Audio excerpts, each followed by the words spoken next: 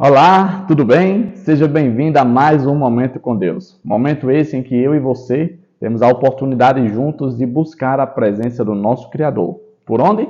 Por meio do estudo e de reflexão da sua palavra, as Santas Escrituras. Hoje nós vamos abordar um assunto bem interessante. Quando eu vi o título, eu fiquei até mesmo curioso. O tema é Endereços de Deus.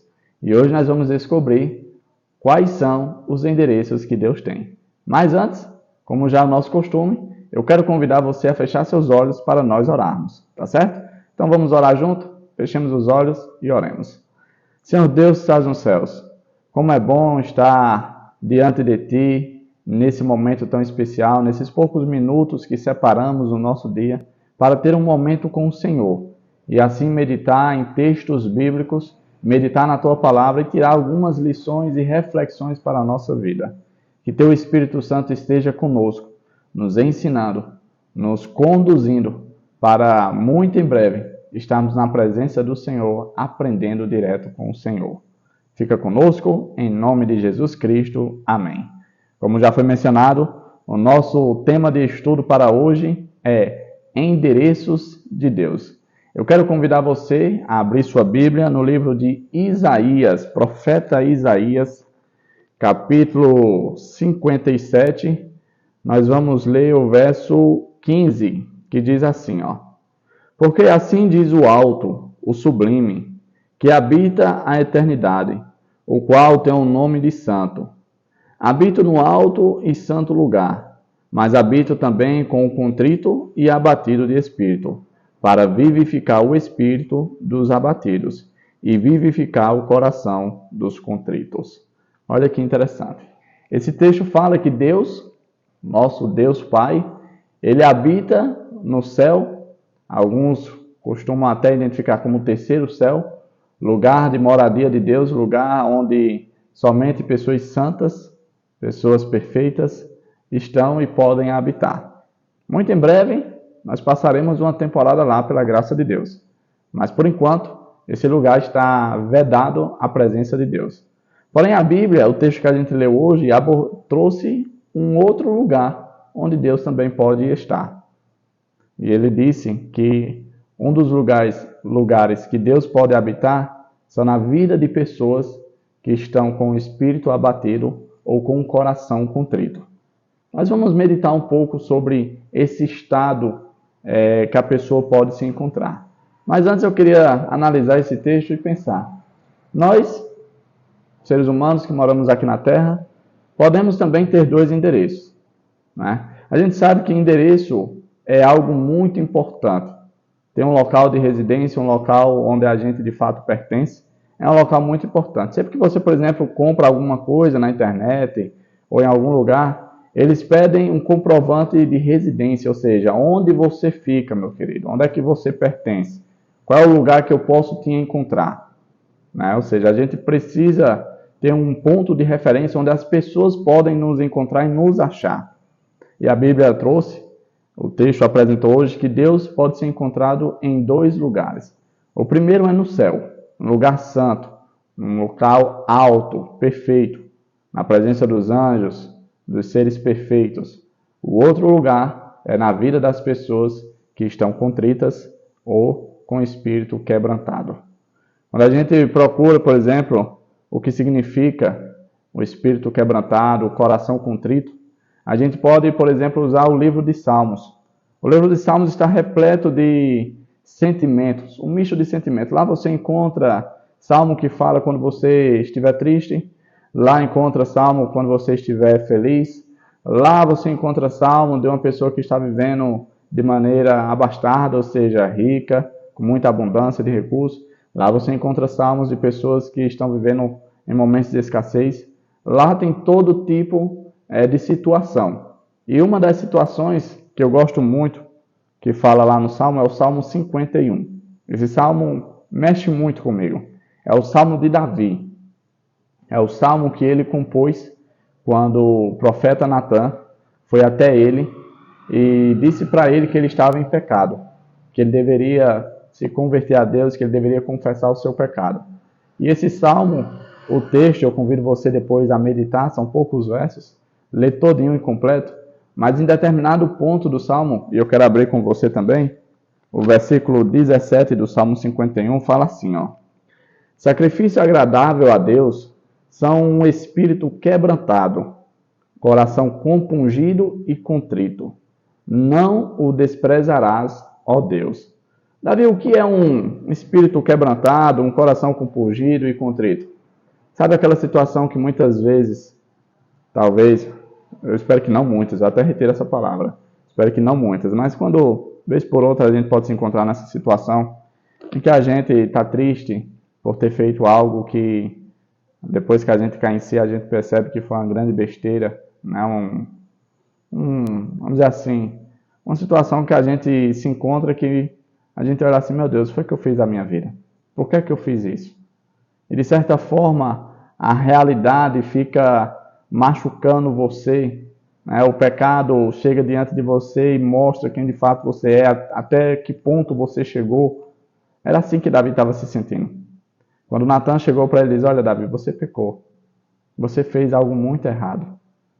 E que ele viu que o pecado dele, por mais que ele tentou ocultar, por mais que ele tentou disfarçar, corrigir, remediar, não teve jeito. Deus não estava contente, Deus sabia do que ele tinha feito. Deus estava triste com a situação que ele estava vivendo. Ele confessou o pecado. E nesse salmo você percebe que Davi de fato estava, vamos dizer assim, com o coração esmagado. Se a gente pudesse trocar essa palavra contrito por outra, seria exatamente a palavra esmagado. Davi estava com o coração esmagado, sobrecarregado, pressionado com a situação, a vida que ele estava levando. E talvez você esteja passando por isso hoje na sua vida. Talvez você se encontre hoje numa situação em que você sente esse arroxo no coração, como se as coisas não tivessem corretas, como se as coisas não tivessem certas. Da mesma forma, Davi viveu e se encontrou nessa situação. E o salmo que a gente leu, 17, ele diz que Deus se agrada de pessoas que estão nessa situação, porque é nesse tipo de situação em que muitas vezes eu e você não temos força para pedir socorro a ninguém, não temos condições de se abrir com ninguém, e é nessa ocasião que Deus aparece na nossa vida para aliviar. Existe um verso na Bíblia que eu gosto muito e que vez por outra eu medito nele. Diz assim, Jesus vira para as pessoas que estavam ali seguindo ele e fala, olha, quando você estiver cansado, venha até mim. Que aí o seu fardo que você está carregando, aquilo que está sobrecarregando você e sua vida, você vai transferir para mim. E eu vou colocar sobre você o meu fardo, o meu jugo, que é leve. E você vai passar a carregar o meu fardo e o meu jugo. E eu vou carregar o seu fardo e o seu jugo. Olha que coisa maravilhosa. Como você está hoje? Hoje é um domingo. Talvez você, em pleno domingo, não esteja legal. Talvez você esteja passando por algumas situações na sua vida que o seu coração se encontra em situação de esmagamento, de pressão. E você precisa ter esse encontro com Deus para poder viver uma nova experiência de vida. Não simplesmente de alívio, mas uma experiência com Deus, na presença de Deus. Chegamos a mais um momento do fim. Nós hoje abordamos o tema endereços de Deus. Deus, além de estar num lugar santo, separado para a presença dele, alto e para nós atualmente inatingível, Deus também ele pode estar conosco quando nós estivermos com esse tipo de situação, um espírito quebrantado por alguma coisa que estamos passando, com um coração contrito ou esmagado. Deus pode estar conosco. Deus se agrada de pessoas que estejam passando por esse tipo de situação, onde reconheçam quem de fato é, o que fez e perceba que andou longe demais. Quando você é sincero com Deus a esse ponto, Deus vai até você e faz morada em você. Tá certo? Quero convidar você a orar comigo, para nós encerrarmos esse momento e irmos para as atividades do dia. Vamos orar? Oremos então.